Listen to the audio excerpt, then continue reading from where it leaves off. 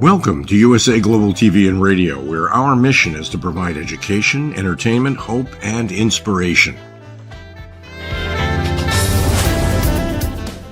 USA Global TV and Radio connects you with experts and audiences all around the world every single day to help you succeed in business and to live a richer life. Visit us at usaglobaltv.com to learn about career and life-changing training and mentoring programs like the Listening Mentor. Subscribe to our newsletter to stay informed about our special programs and offers. Discover how you can become a guest on one of our shows or a host or producer of a USA Global TV and Radio show of your very own. That's USA Global TV and Radio, where the doctor is always in.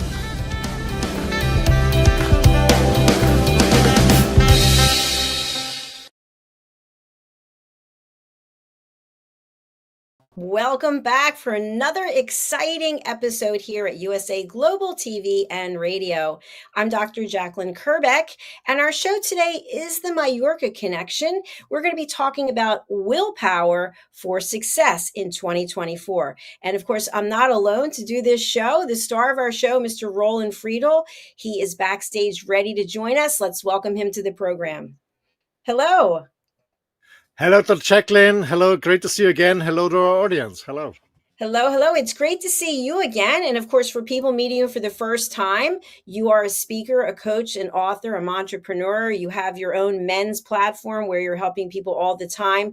You live a life that is out of the box because there is no box. It's wireless.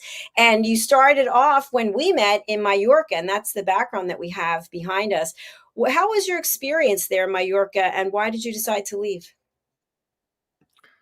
Well, actually, I've been living there for 14 years there, and you know, it is an amazing place to live. You know, it's a vacation place, but it's also a perfect place to live there because the reason why I moved there is for my business is because you have an international airport, and before the pandemic, you could fly every day to every major city, and there also, even it's a small island in Spain, there was also direct connections to the US. So it was, for me, it was a perfect hub or whatever you would call it, just to see my clients. And it's a beautiful island. But after 14 years, it was enough for me to live on an island. And secondly, it was always my dream because I had a motorhome for vacation, and it was also my dream to try it out to live full time there and travel and work in Europe, because I was traveling all over the globe. I've been in many countries, working in many countries, but not really in Europe. So yeah, so I left the island, and it was an easy decision because, to be honest,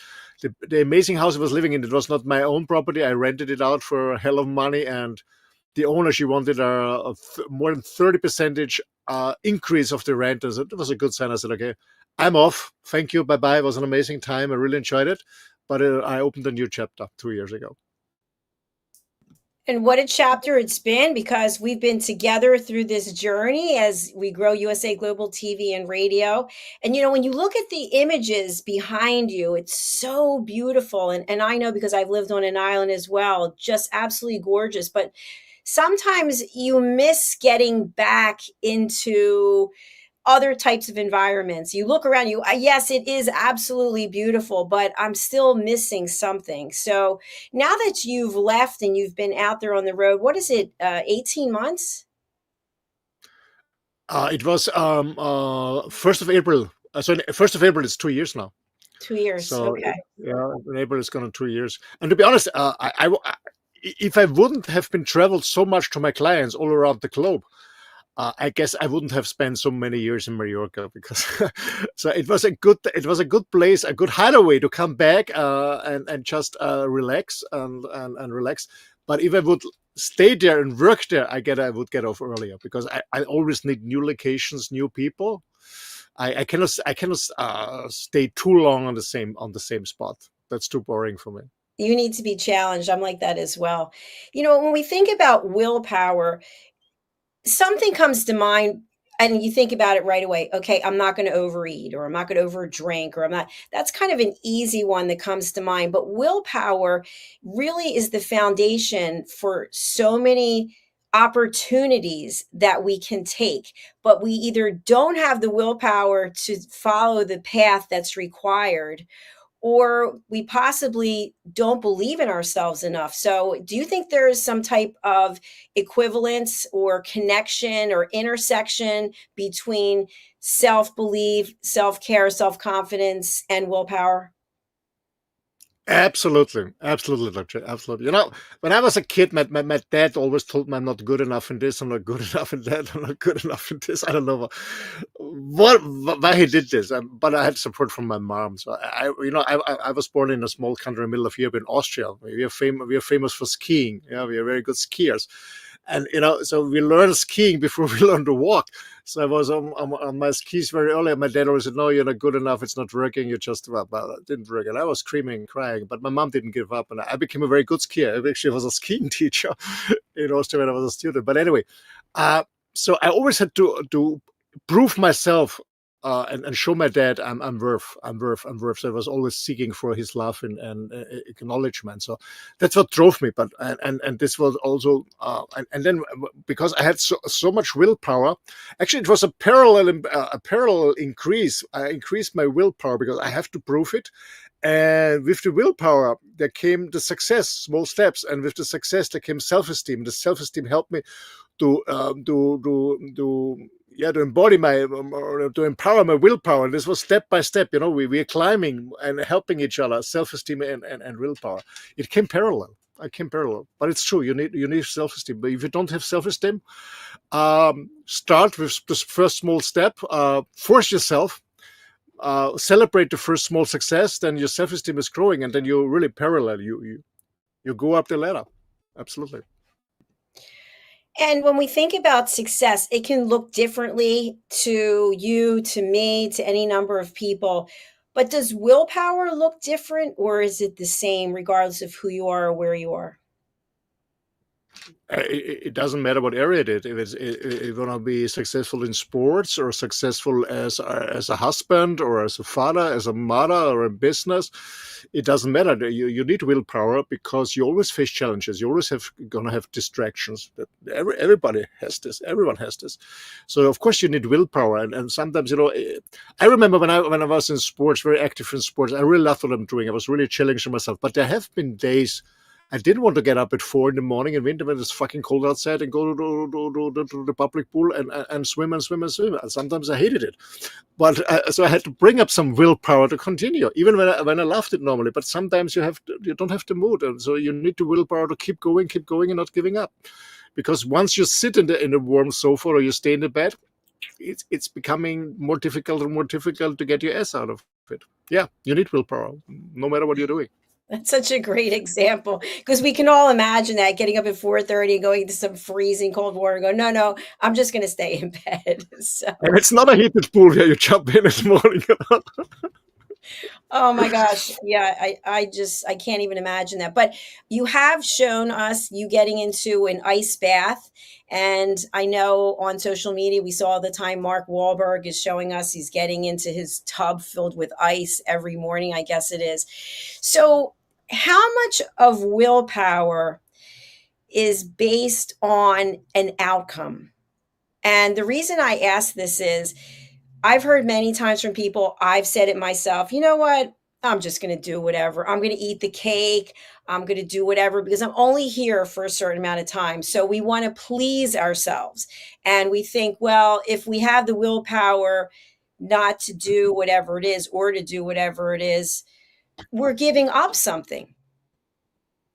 Yeah, I mean, willpower is important, but there are more components, of course, you need to be successful. I mean, you need a clear vision, you need a clear strategy, you need an action plan, and then you need the willpower. Of course, willpower is an important part, but many people have a vision, many people have ideas, many people are talking and talking and talking, not coming to action because there's not the willpower, or maybe they're just scared that they're not going to be successful. Willpower is important, but of course, there are many other components you need.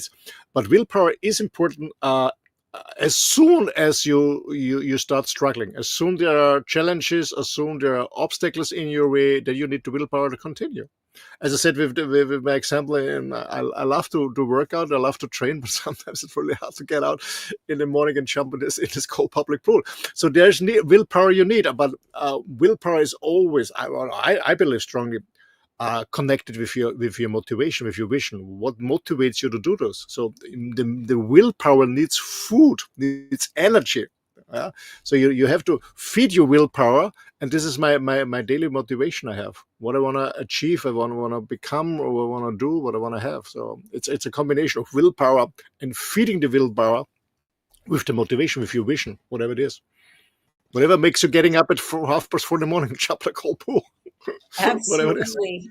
Absolutely. Thanks for sharing that.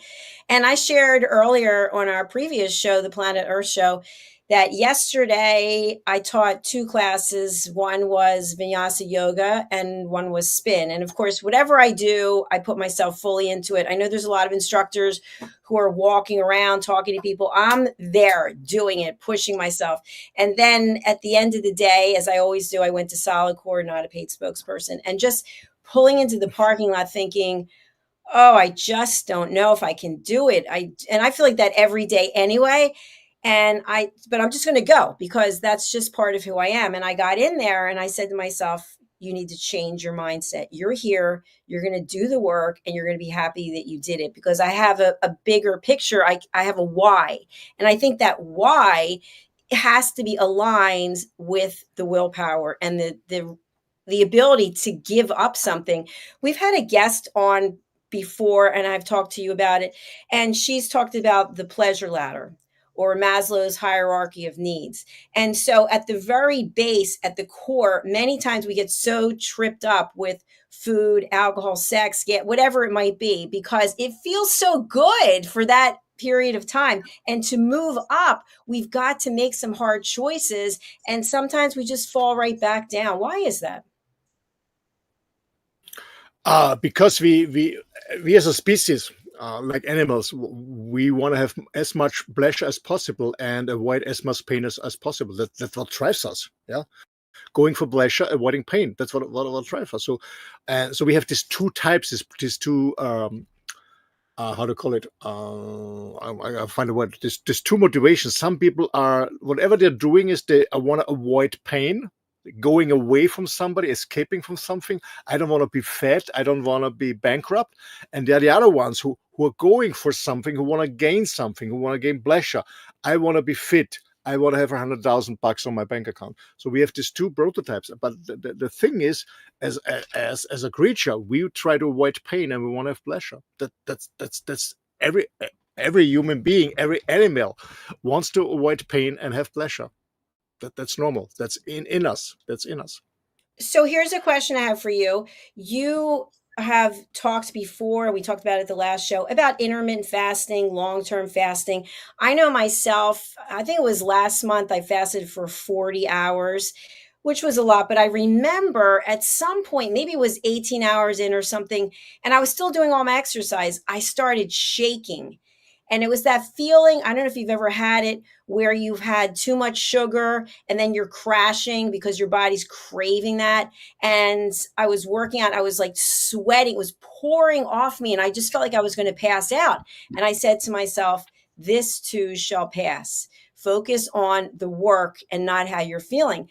But at that point, many people would give up because they don't want to feel that. Dr. Jacalyn, to be honest, when I started my water fasting, of course, I had also the feeling, oh my gosh, I want to have a coffee, I want to have this, I want to have this, and this. Of course, I have the same. And of course, I was thinking, okay, what a shit I give up. Who cares about fasting? I go for coffee and a croissant, or I go for this and this. Of course, it also comes to my mind.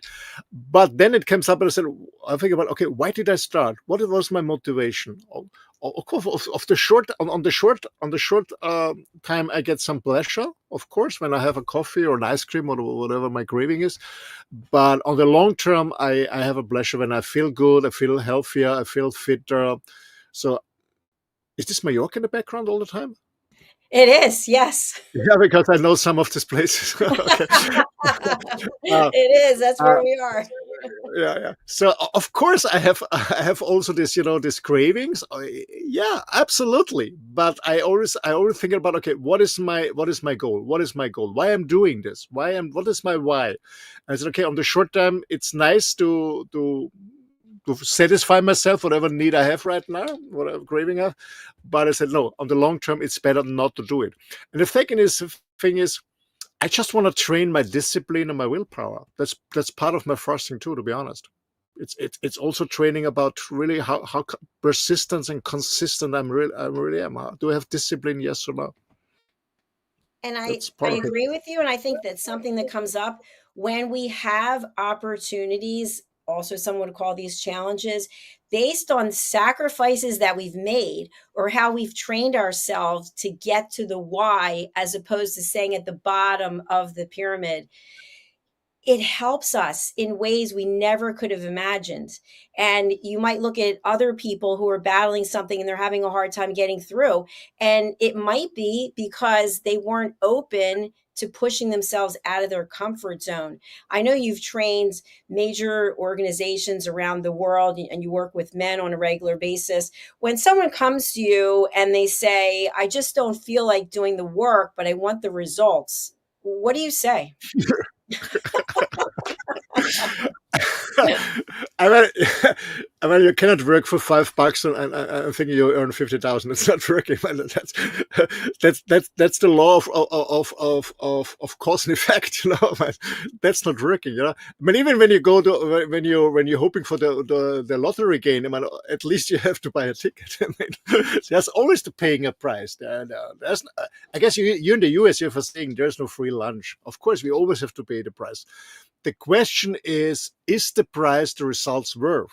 Is the price the results worth? That's but we always have to pay a price. There is no free lunch. We always have to recommend. I mean, there's always some some adventure guys who go on a stock exchange or who just, I don't know, trying to find ways to make easy money, but it's on the long term, it's never working. It's never working. And it's never working. You have to pay the price. It is like it is. You have to pay a price, whatever it is. Whatever. You want to make money, you want to be successful in sports, you want to be a good lover, you want to be whatever. You have to pay a price. Yeah. It's so That's part of true. the And game. I want to bring up an example. It might sound kind of funny, but as you know, there are some very large iguanas here. A number of them have been taken care of, but there's still one or two. And I look at them in a completely different way. I just heard them up on the roof. It sounds like they're having a fist fight up there. I don't know what they're doing. But I think to myself, they could easily just lie down and die, but they have to search for food. They have to search for warmth. They're cold-blooded animals, and that's why they're going to the top of the roof so they can find the sun. And to get there, they've got to go over two hedges, climb this, get on that, go over here, and they have to do it every single day. And so I respect them now. I don't want them damaging the roof anymore, but I think to myself, that's part of the deal, is that you have to have a plan. You have to put it into action so that you can achieve your why, so that you can see yourself getting what it is that you want. And with the example of the iguana, what do they want? It's so basic. They want to be warm. They want to have some Uh, food. They want to get some sleep. It's basic. yeah. And to be honest, it's very important for your self-esteem that you work for it. I mean, you can see it. I know some years ago there was a study or something out from winning money. I don't know, paying a ticket for $10 and you make 50 millions or 10 millions or a billion even. Yeah. And the interesting thing is that all of them were bankrupt after a few years. because they know exactly that they didn't work for the money. It was just luck, and they couldn't handle the money. First of all, they did most of them. But there are a few. I know it from Austria. A few lottery winners who made something out of it because they've been businessmen before, so they took the money not for luxury goods, so they invested in their businesses. There are a few, but all the other people who had not succeeded in life before and win the lottery by luck. First of all, they couldn't handle the money, but they know from inside. Doesn't matter if they talk about it or not. Oh, it was not me. It was not my effort. I didn't work for it. And I see the same with young people who inherit. How you say it? You inherit when your parents pass away, you get the money. You inherit. When you inherit money, most people fail. So we have a saying here in Austria or in Germany. In Germany and Austria, we're very driven and business driven. I said the grandpa is starting the company. The father is expanding the company, and the son is destroying it. That's a saying here. So we know that for our self-esteem, we need to know that we pay the price, that we worked for it, we put in some effort, we have been sweating blood and tears. That's very, very important for our self-esteem. Absolutely. I'm laughing here. That is such a great example because that does happen all the time. I mean, generations have kept the money in, and then the younger generation comes in and just, yeah, let's just have a great time and spend the money. And so that also goes to willpower. And I think it's also what happens before the pandemic. I feel like this has been changed in some way, is that we can't have everything easy. And everything is not just about materialism. And as you've mentioned many times, and we've talked about it, it's nice to have things, but they don't really make you happy. And I'll give an example. So when I came here to Florida, I was only supposed to be here for a month, and I left most of my stuff in New Jersey, and I don't even miss it. I don't even care. I don't even use it. I don't care. I don't need it. And it's like when you've had this, and me as well, but you have a storage unit. You put all this stuff in the storage unit, and every month you're paying and paying. And as more time goes on, you don't even know what's in there. Unless you took pictures, you're like, you know what? I don't even know what I'm storing in there. And you don't even need it. You've managed to live without it. Absolutely. Absolutely. I mean, we collect so much stuff. When the larger the house, or in my case, the larger the more stuff you bring with yourself. But it's true, we don't need much stuff. And the point is, we so many people depend on all this stuff. They think they need it to be happy. They need to be fulfilled and stuff like that. And I guess there's a huge trap in this. There's so much convenience. Everything works on electricity. All this, your heating system, your water pump, your TV, your fridge, everything is electricity. And as we are so depending on this, we give an example of electricity. If there's a shutdown or a fallout, you're gone. Actually, I had a nice call on Saturday with a deep friend of mine, Brian. We had him once on the show. This supply chain manager, a very good friend of mine in Oregon. And he told me, we had an ice rain or a blizzard or an ice storm, something like that, and there was a fallout of electricity. Nothing worked. Nothing. They couldn't heat. They couldn't cook. They couldn't do anything. And when by chance you're driving a Tesla, you cannot even move. So with electricity.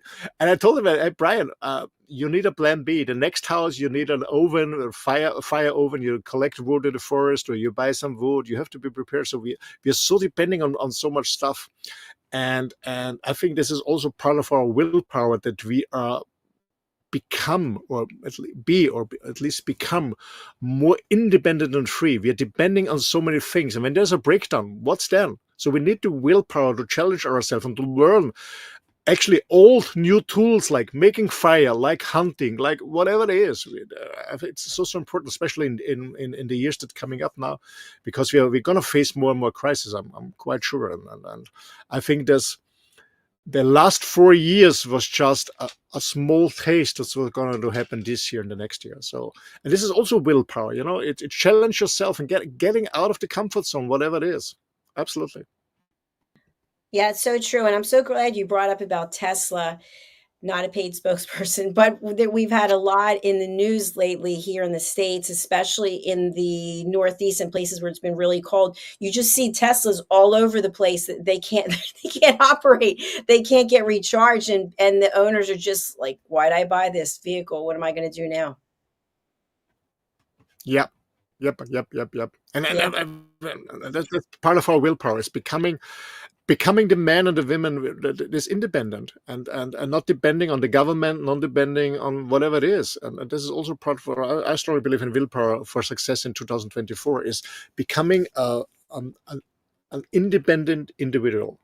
I think this, and that doesn't have to do a bit about increasing your ego. It means depending less on all the convenient stuff that we are used for. Got so used to it.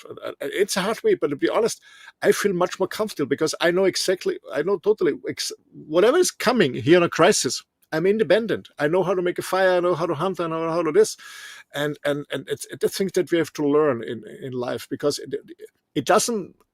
Whatever doesn't make sense. Whatever kind of business you're building up, or whatever career you have, you can make whatever fucking money you have. When there's a shutdown, what the fuck are you doing? Do you know how to make a fireplace to warm up food? Can you hunt and bring food to your family? But maybe you have some stuff in the freezer, but without electricity, after 3 days you can throw away everything. It's rubbish. So and I think that's so important. That's so important to become independent, free human beings.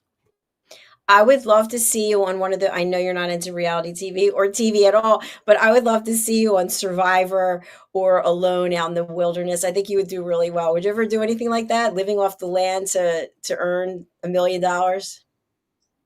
Well, what I do sometimes with friends when I'm back in Austria, that we go in the forest for a few days without anything. And I also trained my kids. I remember when I got divorced from the mom from my kids, the smallest was 5. Yeah, 5, 9, 12.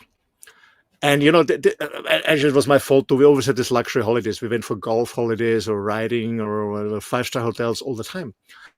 And I really hate it because my kids, I spent a fucking hell of money because I was working for hard, and they're sitting in the suite and they're sitting in front of the TV set. I said, well, no, I will stop this. So what I did with them is I hired a fisherman on a Greek island. So he brought us to an island where nobody's living, a small island, nothing there.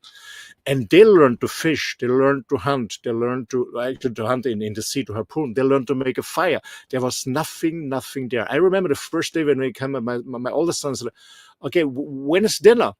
I said, what do you mean? Do you see a waiter or a restaurant? So first of all, we have to prepare a harpoon. We try our best to catch some fish or harpoon some food we can eat. Then we have to find a place where we can make fire. So I didn't bring any gas or something. Just we collect woods. We had some matches with me. That's all we had. And we make a fire. We make a kind of barbecue, and then we eat what the catch of the day is, more or less, and stuff like that. And it was, we still talk about it, my sons and I. And I said, actually, they said that it was an amazing adventure. We did it for 10 days, but never again. But it was an amazing learning. Can you survive in the wilderness? And I still do it with friends. So we go for 3-4 days in the forest. The only thing I bring is my dog, my bow, my archery, my knife, and some matches, and a sleeping bag. Yeah, and we do this. I love it. Reconnect with nature and do what is necessary to survive for 4 days. So we don't bring any food with us, just water. When we're in an area where there's no clear small rivers where we have safe water, we bring water. That's all we do. And I some appreciate salt. that. I've never done it myself, but what I can say is I love watching the show Survivor. Have you ever seen it? Yeah. Yeah. And the most recent episode that they had on Netflix, not a paid spokesperson for either, by the way, is it was interesting because people who had the most experience in the wilderness, they're not the ones who actually did the best. And it was people who were afraid of everything, afraid of the bugs, afraid of, they didn't know anything, but they learned how to live off the land and how to build relationships and how to reconnect with nature. And it was really kind of beautiful to watch. Is this survival show with Beer Grill? No, Jeff Prost. Okay, because I know a show with Beer Grill. Okay. Yeah, maybe it's the same kind of thing. But you take a group of people and you put them, they go to Fiji. Yeah. This is where they are. Yeah. Okay. Yeah, I saw something like this with Beer Grill. I know Beer because here's an amazing story. He was working for the British Army, and when they had He had a job to do in Africa. He was jumping down with the paraglide and they didn't open. So he fell down 2,000 meters, is 6,000 feet. Boom, he dropped on the ground in Africa and he broke his back 3 times. And everybody said game over. And he didn't give up. And he was the youngest British soldier on the Mount Everest 3 years later. And he had 2 flags with him. It was interesting. He had the British flag with him and he had a Just Plus flag with him, because Just Plus, the product you're taking and myself I'm taking, it really helped him to heal much, much faster. But he's also doing the survival shows. Bear Grylls, and he's a motivational speaker. But can you imagine falling down from an airplane? Your parachute is not opening. You're No, absolutely. full on the You know, ground in I Africa. remember that story, and we haven't had him on here, have we? No, but I can ask him if maybe I can bring him on. Yeah, that would Yeah. be fantastic. Yeah, So I yeah. want to just sidestep for a moment, since you brought up Juice Plus. When you think about willpower, I think we have to look at, how are we taking care of ourselves? What are we putting into our body? What are we putting into our minds? What are we surrounding ourselves with? What has been your experience in terms of how your life has been improved by taking Juice Plus? You've been taking it for a very long time. Yeah, actually, in June it's going to be 30 years.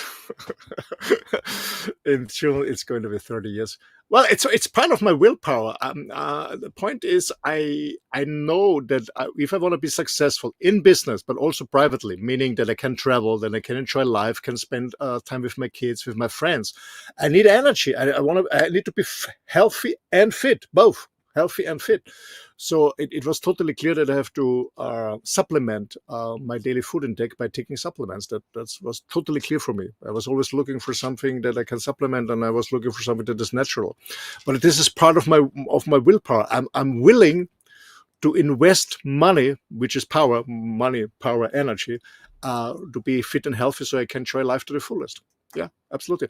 And this brings me to the one point that I wanted to mention, Dr. Jacalyn, is willpower is important, but the question is, where do you invest? Where do you have willpower? Do we have willpower with the easy going things, or say, okay, I do it because I have to do it, and it's because it's just convenient, or there's nothing on TV, so let's do something. Willpower. So it's very, very important that we also know exactly where we invest our willpower.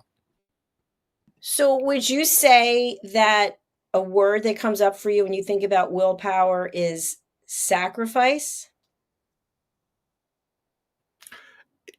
It's a kind of sacrifice on the short term, but it's not about sacrificing yourself and hurting yourself. And I'm willing to kind of, I don't see it as sacrifice, but if you want to use the term, I'm willing to sacrifice because for a higher purpose or for a higher goal.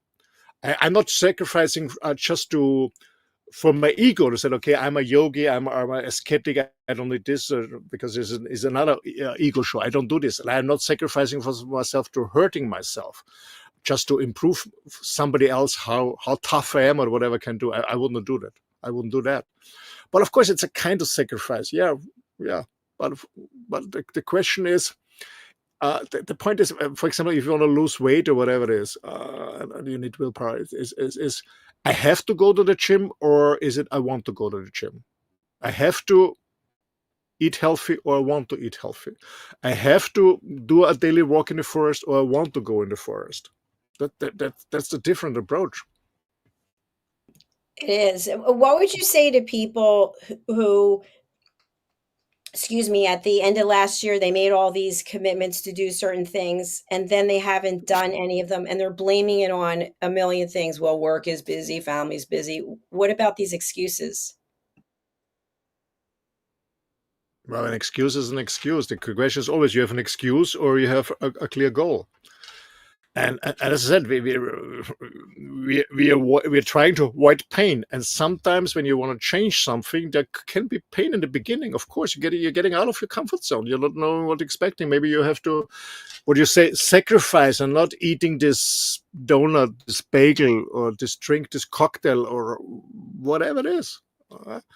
Yeah, of course. Yeah, absolutely. But as I said, we have to put, there's no miracle. But actually, I know in the US to bring up this crazy injection for losing weight or stuff like that. Well, there's no shortcut. There's no shortcut. We have to do it. There's no One shortcut. of And the well-known trainers who had a TV show, I forget her name at the moment, she just was interviewed and she said there's going to be a lot of fallout from Ozempic, I guess it is, and people who are taking it. So it would be nice to think there's a pill or an injection to take for something, but we already know that's not how life works. It's not. nah, but this is what the industry is trying to sell us. Everything is easy. Just take this pill or take this or this stick, and you feel happy. That's what's going on. But we have to realize that we are manipulated.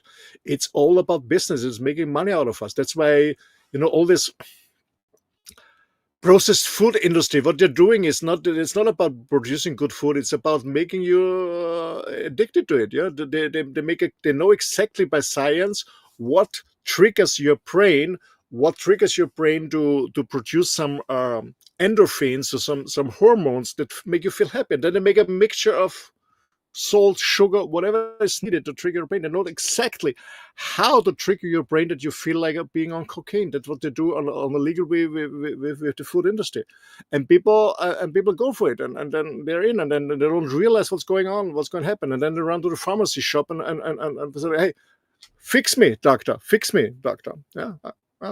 Meaning fix me so the problem was that's not the way it's working. It's not working. It's you in a negative loop. You're in a trap, but most people don't realize it. And I found it out very early, and I said, okay, I don't go for this food. I don't go for this. I don't go for that. I take self responsibility, and I work out. I try as much as possible. I'm not an S-kid. I say 80% of my food is clean. Of course, I have an ice cream occasionally, or a glass of wine, or a cocktail, or whatever, but not on a daily basis like most people. And yeah, what was your question again? No, you answered it. Well, I think you brought up another point that's really important is someone goes to the doctor and they say, oh my gosh, I have high cholesterol, I have this, I have that. Well, what have you been doing that, whether it was genetic, but what have you been doing? What are your lifestyle choices? And then you say, fix me. Isn't there a pill? Isn't there you got yourself to where you are. So it might take a while to undo what's been done. Yeah, because the industry is the medical industry, the health industry is built up on symptoms. We find what's the symptoms, and we try to fix the symptom. But it's not about the symptom; it's about what caused the symptom. That's the point about it. And as I always say, I always bring this example: when you run against a crystal door, you don't, because it's so clean, you don't see it. You run against it, bang, and you hurt yourself. Of course, you can go to the medical room and fix it, but maybe next time you open the door before you go in. You're not running again, bang, fix it again, running again, fix it. Maybe you open the door, and maybe it's time in 2024 to open a new chapter in your life and rethink, what the fuck I'm doing here. Why do I hate myself so much that I feed my body, my only body I have in this reincarnation, with all this shit? Why I'm doing this? Why I'm suffering? Why I'm sweating when I'm taking some stairs? Yeah. Why I'm out of power when I play with my kids? Why can't I perform in sports and business? I'm out of power because I'm eating all this shit. I guess 2024 is as we said before, it's a year of transformation. It needs willpower just to sit down and say, what the heck I'm doing here? Why I hate myself so much that I punish my body every day by doing these things. I refuse to work out because our body is designed to move, not to sit. Why I refuse my body to work out or to run or to walk or to cycle or whatever? Why I refuse my body the energy that it needs, the food that the body really needs to stay healthy and fit and to survive? Why I hate myself so much? Now, are these areas where you actually can help someone? Is this type of work that you are looking for, bringing on some new people? I can support, but I'll be honest, it's not a quick fix. It's not a miracle pill. I mean, I've taken Just Plus since I said almost 30 years, but it's not a miracle pill. It's just bridging the gap between what I should eat on a daily basis and I actually do. And for me, it's not about just not becoming sick. It's about being healthy, but not on zero base, meaning having no deficiency in minerals or vitamins. It's just being on top of the top. I want to perform. In business, I want to perform in sports. I want to perform with my friends. I want to be present. I want to be awake. I want to be, fit. I cannot listen to you when I'm tired, when I'm exhausted. I cannot enjoy my weekends, my vacations with friends when I'm tired. So that's the point. But I support people if they want, if they commit for it, yes. But to be honest, it's not an easy way with me.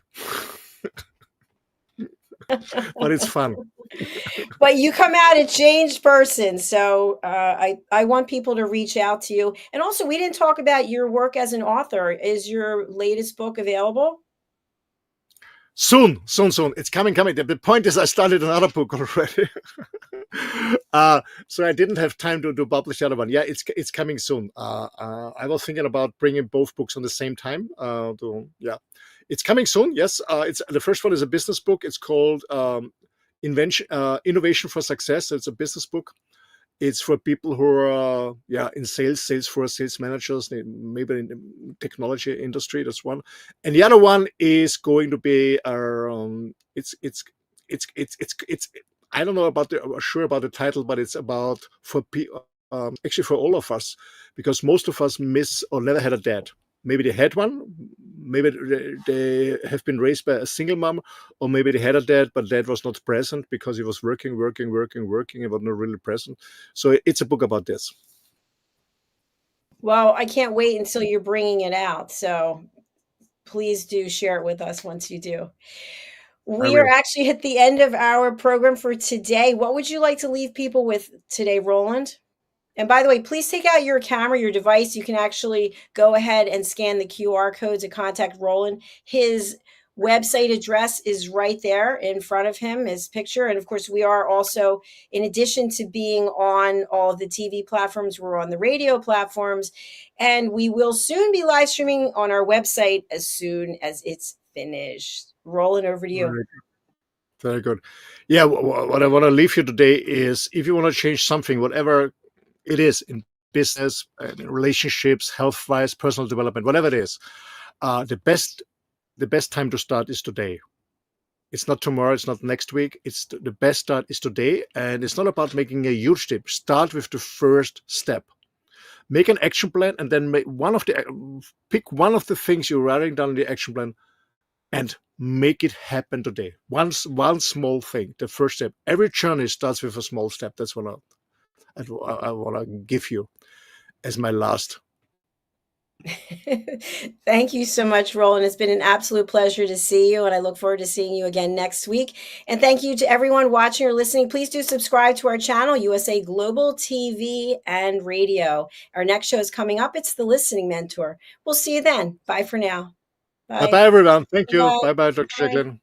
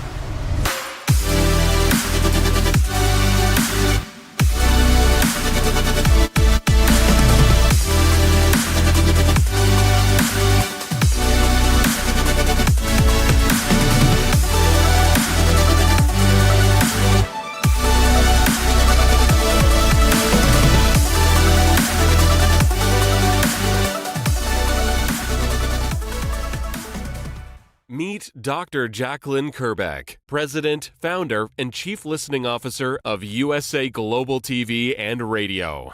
She is a certified life, career, and executive coach. Dr. Jacalyn is the Amazon #1 best-selling author of Behind the Green Screen and Adversity to Awesome. As the listening mentor, she teaches children and their families how to listen at an elevated level through the book series titled The Amazing Adventures of Lady Ella, the Listening Mentor.